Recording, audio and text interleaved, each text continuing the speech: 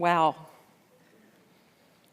Yesterday, in fact, I'm looking at these flowers, assuming that someone thinks unless I have flowers in front of me, I can't speak. Because normally I speak at funerals. So, thanks for the vote of confidence. I like flowers. Yesterday, I went by Britton and Ashley's home, and my oldest grandson, Briggs, was there. And Britton just decided he would tell Briggs that today I was going to be speaking instead of Preacher Rick. And so he says, "Hey, Briggs, do you realize that tomorrow Shug is going to be speaking?" And Briggs went, "What?" I said, "Yeah, Shug is going to be speaking." I felt exactly the same way, Briggs. What?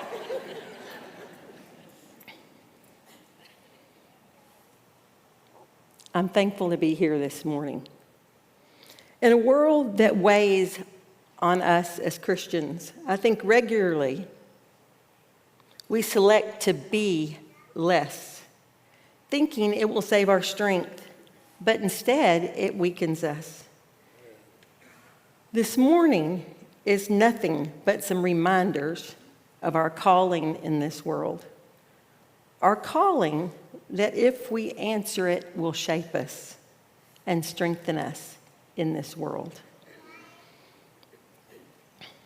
I've been reflecting on the true blessing it has been to have attended and known this church as my church family since 1966. I was 6 years old when we placed membership. I'm now 62. I was curious about the older generation thing. I think I was born in the 60s and Rick was born in the 50s. So I think he's trying to wedge in another generation is what I'm thinking. Through this church, I've received so much. I think when we placed membership, the Richland Hills Church of Christ was about 600 members. I remember even as a kid, I could feel the energy in this place. We had a greeter named Fred Holmes, and he greeted kids and adults the same, delighted to see us. Would pull your ponytail, would say hello, would notice what you had on. Then after church, we would go out and play in our small front lawn. Our church was a fun place. I knew lots of kids didn't feel that way about other churches, but I loved our church. By the time I was in 7th grade, we had built and moved into the new building up on 820 where Babes is now. And the church had hired their first youth minister. What a blessing that was, Eddie and Mary Gooch. Soon after they came, they got busy recruiting lots of young couples to teach our classes on Sunday morning. It was fun getting to really know people like Dick and Kathy Mitchner, Bob and Jan Blackburn, Roger and Camille Dean, plus many others. The youth group was a powerful place to learn about pragmatic Christianity, the how-tos. At the old building, the halls were crowded on Sundays. We were growing and needed more space. One Sunday morning after class, I was leaving the youth section to go meet my family, and Roger Dean said, "Jenni, I've been thinking about you. I think you may have the gift of encouragement." I'm quite sure I looked quizzical, kind of like Briggs yesterday. At the time, we weren't talking about gifts very much. I smiled and thanked Roger, and the next week I pondered. I doubt I studied, but I just kept thinking, the gift of encouragement. The next week, Roger saw me. In the same hall, he added new thoughts. "Jenni, many times you know the feeling. I should write that person. That person might need a hug. Follow through. God is leading you." Now, I knew that God had led Moses and other holy folks in the Bible, but this information was new. I think what I'd picked up on in our church family to this point was the Lord gave you a brain and He expects you to use it, which is markedly different from being Spirit-led. For the next couple of weeks, Roger gave me more insight in that same hall. It wasn't at all creepy, but instead anticipated. One Sunday, he said, "Jenni, don't just use your encouragement on people that are your age and younger. You can encourage people that are older than you, that are further along than you. Feel free to write or call anybody and encourage them. And then he said this, it's not just a thank you. I mean, you could write elders. You could write John Jones. I was dumbfounded by this news. This will just help them to keep going, keep working. Roger inadvertently had taken the lid off. His intentionality and energy were very helpful to me. Roger Dean was being led by the Spirit to spend energy and time on me at the age of 14. It provided direction and motivation for me. When someone from outside your family speaks in, it's powerful. Reflect on your own life. Who spoke into you? Who helped you realize you had a place in the family of God? Those people are strategic and well used by God. Growing up here, I had many such interactions that blessed me. Think about it for a minute. Are you actively encouraging someone in this church? Someone younger than you, someone older than you? Are you taking the time and energy it takes to encourage? Are you letting the Spirit lead you to encourage people? In Luke 10, we see that Jesus is in one of many difficult conversations. We find on this particular day that an expert in the law was trying to trick Christ as to the specifics of being saved. Christ said to the man, love the Lord your God with all of your heart, with all of your soul, with all of your strength, and with all of your mind, and love your neighbor as yourself. With that, the man doesn't seem to take a breath, and he says, well then, who's my neighbor? As if any of us love the Lord our God with all of our heart, with all of our soul, with all of our strength, and with all of our mind. It was as if that's already checked off the list. Now, who is my neighbor? Then Jesus begins to tell the story of the Good Samaritan. I think what makes a good story is it goes a different direction than we expect. And that's what happens in this story. Christ takes the story a totally different direction. My dad loved that about this story. But more than that, I think what he loved was it reminded him that everyone in the story was already on their way somewhere. That they didn't start out thinking, maybe I'll get to help someone who's been beat up today. That they were shocked by the interruption. As my brother Kelly said one time, we never go out on the freeway just hoping to find someone with car trouble that we can help. We're always on our way somewhere, which means most of the time we don't stop because we have our plans. There are many great takeaways from this parable, but for today, this is the one. The Lord is honored when we choose to love others as we love ourselves. The Lord is honored by that. This story isn't told about a mom who is crazy about her kids. This story talks about someone you weren't expecting to love that you care for, that you decide, I'm going to take care of this situation. I think for most of us, this is a road less traveled. And yet, we are all included in this command of Christ. He says it to all of us. This isn't a gifting. This is what he's wanting for all of us, to love our neighbor as ourselves. I think quite a few of us would be hard-pressed to prove that we're doing this. I'm noticing in our large church, when a need comes up, we think, I sure hope the church does something about that. Or I wonder, what is the church going to do to help them? Almost like that's why I pay dues. As a Christ follower, my first question should be, is there a way I can assist or help?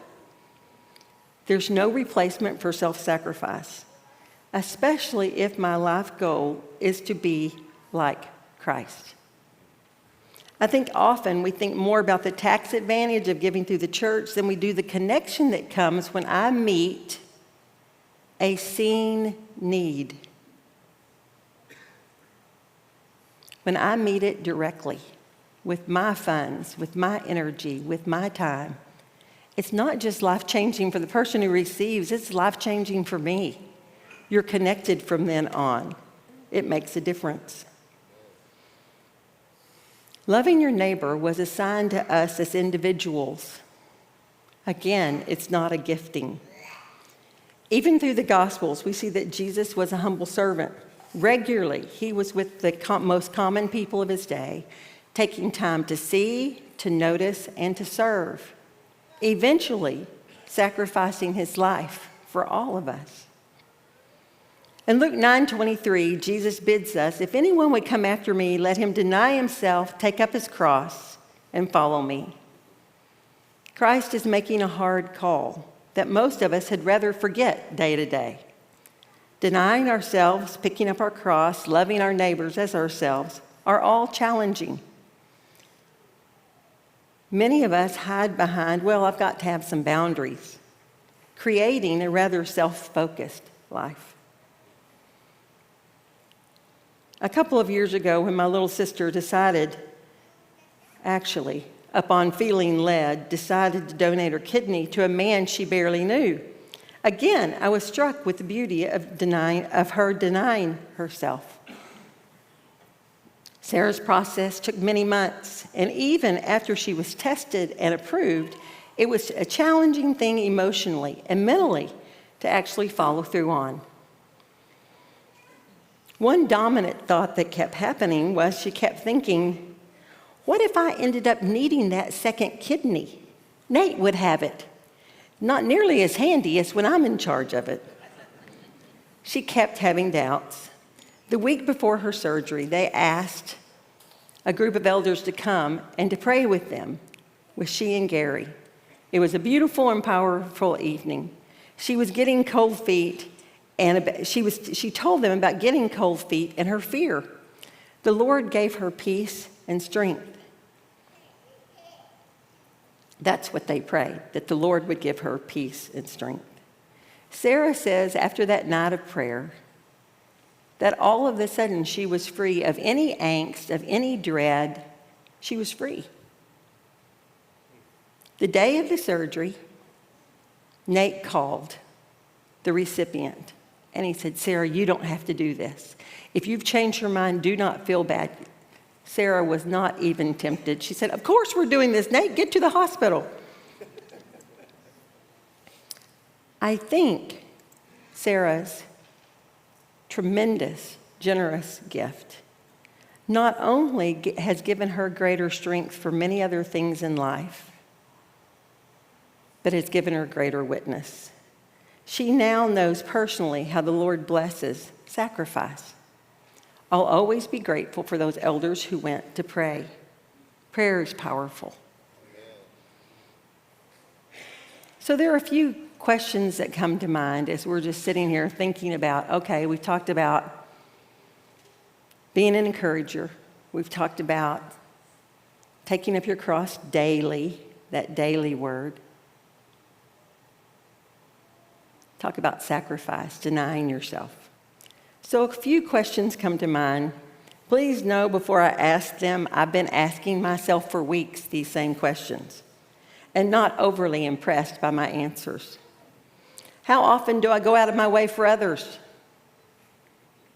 You can ask the person next to you, and they'll probably have a clear idea of that. Do I spend any time thinking of how to encourage others and then actually follow through? Here, I've written thousands of notes. Here, not as many. Do I ever do the unimaginable for someone I'm not that crazy about? I'm going to ask that one again. Do I ever do the unimaginable for someone I'm not that crazy about?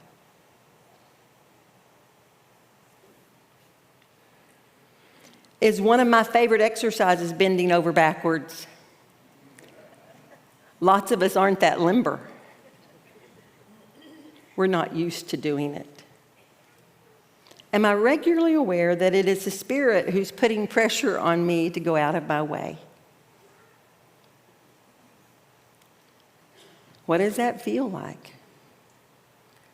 For me, it's pressure right here. I can just feel it's like, yeah, let's go ahead and do that. I'm like, oh, well, I don't really want to do that. He's like, yes, I'm totally aware of the fact you don't want to do this. If you wanted to, I wouldn't need to be putting pressure on you. How often do I change my plans for someone else's needs gladly? Gladly. Do people dread asking me to change plans?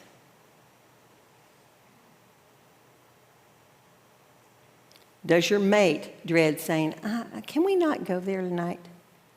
Does she just dread that? Does he just dread that? Do your kids saying, oh, do they dread that? How often do I change my plans for someone else's needs gladly? Honestly, many times a day, I select not to go out of my way. Heavy on the my. Even as Spirit is prompting, there are times I think I don't really have time or someone else can handle this. Daily, I fail to pick up my cross. For a Christian, cross-carrying isn't to be reserved for rare instances. But it's supposed to be a daily choice, a choice that becomes more natural as we live in the Spirit. The denying of ourselves is a call to all of us, to each of us who believe in Jesus Christ. There's a Christian author, Douglas Kane McKelvey, says it like this. From the moment of our baptism into the death of Christ, we begin the practice of dying by degrees. Dying to self and to our self-centered pursuits of anything that wars against our vocation as disciples. We begin the long, sanctifying process of taking up our crosses each day, seeking to crucify those parts of our hearts that cry, me and mine. Often, I think we undersell this part of conversion, in part because many of us haven't experienced it. Think about that.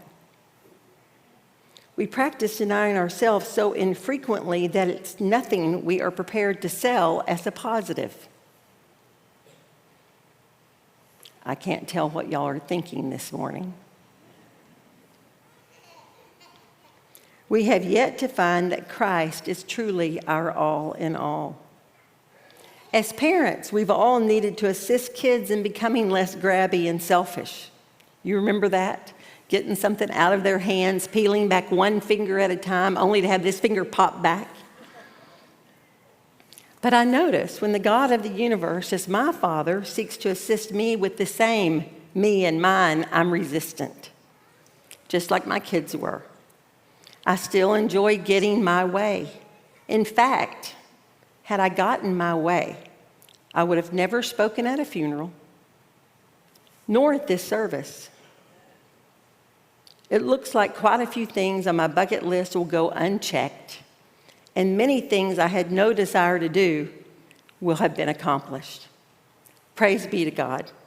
Amen. God is trying to help me let loose and allow Him to direct. Just thinking about it still kind of makes me feel sweaty. I like my plans, but evidently the Lord prefers His adventures. When we cut loose and follow, our efforts and energy become so much more effective and even more sustainable because even more sustainable because He is supplying the resources, though regularly tapping into some of mine. 1 Peter 4:10, Peter writes, each of you should use whatever gift you've received to serve others as faithful stewards of God's grace in its various forms. So today, I'm not coming to you as a teacher, but as a learner. I'm trying to learn this. I'm trying to grasp this. This first snapshot is LaVon Kirkpatrick. Maybe we can zoom in a little bit closer. LaVon was one of these folks. She taught me as a 4-year-old in Bible class. Her daughter Sharon and I are very good friends. I was in their home a ton. Dawn and LaVon were average income. Things at their home stayed pretty much the same. Once in a while, some new paint, but other than that, no big redo. Levon was always taking food to folks, taking showers, taking gifts to showers for new brides and babies with great joy. In her 80s, driving older folks to the doctor. Several years ago, I pulled up to their home and realized they were using the same trash cans they had used when I was a kid. I carried them up by the side of the house. It dawned on me that the Kirkpatricks had been stingy with themselves so they could be generous with others. Stingy with themselves so they could be generous with others. And I was one of those others. They could have gotten many new trash cans since the early 60s, but decided to make do so they could do things for others. Recently, as I was with Levon's kids after she had passed, they had asked if there was anything that I wanted at their home, at Levon's home. And I said, well, I was hoping I could get one of those metal trash cans. To which Donnie just shrugged, horrified. I said, I need the reminder of being stingy with myself. My folks live this way too, but it's just not my natural tendency yet.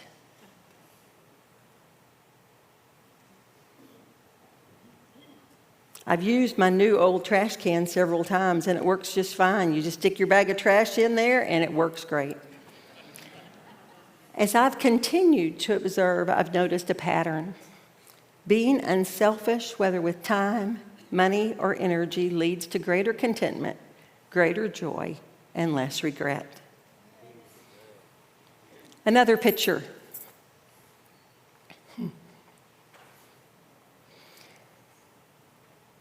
In August 2017, I was on a trip with some of our seniors. We were in Italy. Wasn't a mission trip, it was a just for fun trip. And as we're getting ready to leave, our flights get canceled, and it is a full 3 days before we leave. Everybody's kind of, this isn't what I thought, and some of us are worried, and others of us kind of enjoying the situation. But as we got on the plane, you could just tell that everybody on the plane had been jerked around somehow by the airlines. Even the flight attendants seemed worse for the wear. A few hours into the flight, that's not the picture I'm supposed to be seeing. Mac, it's one before. Yeah, that one. It's just obvious everybody's kind of worn out. So a few hours into the flight, I snagged this picture. It's of Peggy Walton. She's going around the cabin of the plane collecting trash.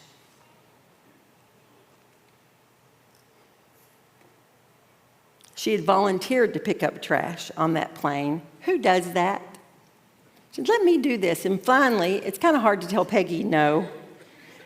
An airline flight attendant just said, yes, feel free. So Peggy makes the round over the whole plane, taking up trash gladly.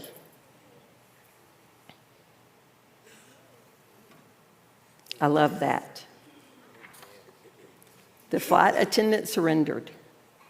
Peggy's always looking for a way to serve. The last snapshot is of Jim Fisher. There he is. Sticks out his tongue first thing.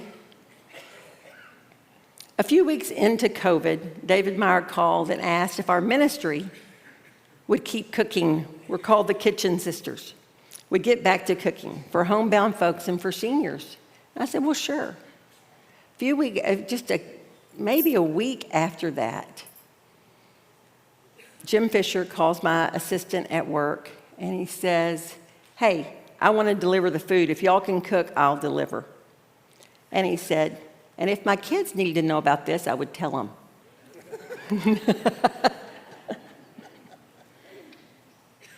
So he began delivering. He delivered and he delivered.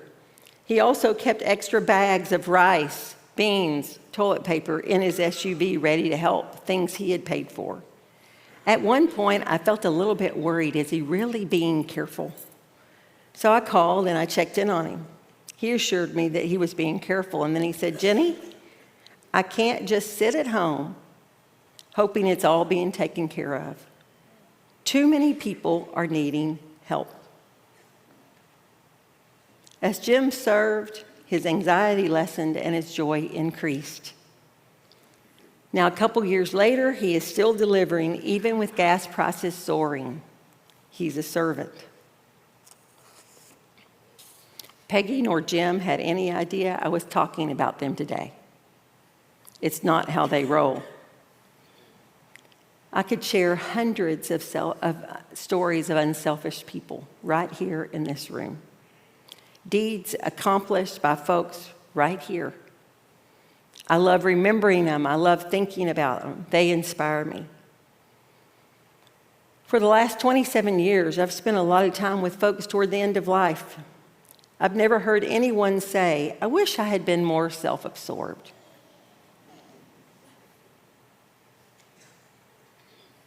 I've never heard anyone say, if I had only gotten my way more often. The way of Christ frees us from ourselves, allowing us to move in step with Him. He promises us that it's a better way to live. Let's get back to it. I think in a sense, COVID has robbed us of connection. And through being self-absorbed, we just find that it's just not as handy. It's just easier not to connect. And so this morning, we're going to connect. This morning, I'm hoping the Lord, I'm praying the Lord has already put on your heart someone you need to say thank you to, or encourage, or bless. So for about 10 minutes, we're going to practice what I've been preaching. How handy is that? Maybe you already know who you need to go see. But be assured, there are young parents in this room that need encouragement, students in this room who need a blessing, hurting folks who need prayer, worried folks who need some cash, stressed people who need someone to listen, lots of folks who need a hug. Most of what is needed is very doable on this day. So I'm asking you to get up, move over the building, make life better for someone. You've got about 10 minutes. Oh my goodness, that sounded so good. Amen. It sounded so much like family. If anybody watched me very closely, they would know some things. On days when I'm having to do something that I just don't really feel up to, I wear my mom's ring. Because she did all kinds of things she didn't feel up to. It was who Emma Phelps was. And it reminds me that not that I have mom's strength, but I have the Lord's strength. And I can do all kinds of things I don't feel up to. And I think over and over again, we forget that. We forget that. We forget what we believe. What we believe is that the Lord knows what He's talking about and He knows how to do life well. And every bit of what He said mattered. He was right. He made us, and He knew what a full life looks like, what a good life looks like. I'm just one of His kids, and I need tangible reminders, tangible things that prompt me and go, okay. So I just want to show you a little bit more about my trash can.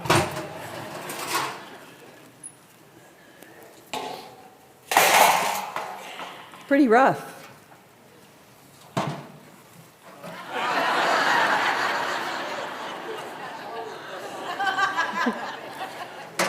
Still works.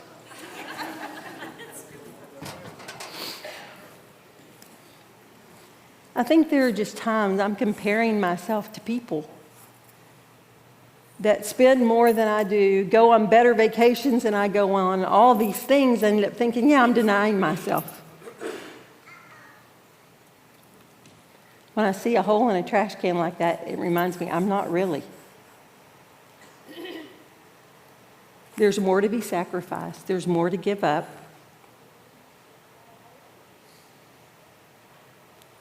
And that's a good thing. We need to work on it. We need to help each other with it. Months ago, my oldest son, Britton, said, I'd like for you to go to a financial planner since you're headed toward retirement. And I said, okay. And so I took my little pile of things that I thought he would be interested in. His name's Josh. And I said, I'm just going to leave this, and you tell me. He said, okay. So when I got back to see Josh a few weeks later, I entered his office, and he had a little bit of a dubious look. And I thought, well, I'm sure it's because he's so impressed with the huge amount of money I have amassed. And so he was fixing to say something. I said, Josh, before you say anything, I need to tell you something. He said, okay.